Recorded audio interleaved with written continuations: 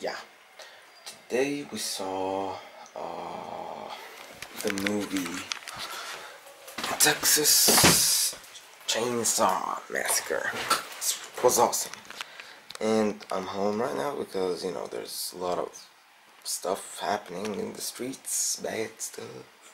And, you know, check that. Someone checked my channel. That's their channel. Fluffy Daily. They're so fucking awesome. Focus, I guess so. I don't know. They're so awesome, so check them out. Subscribe if you like them. And yeah. Thanks for watching. I know, you know, the movie was awesome. But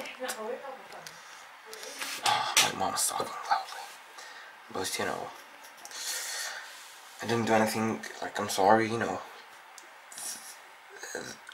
From 25th of January till, I don't know, maybe 11th February, if Morsi doesn't hand down his priority of being president, things are gonna get fucked. And today he said something very stupid. He said he'll have to do more than what he's doing. That's so fucking stupid. But you know, I like these two. These two are like so fucking awesome. Anyways,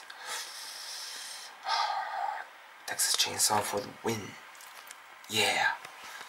Goodbye, guys.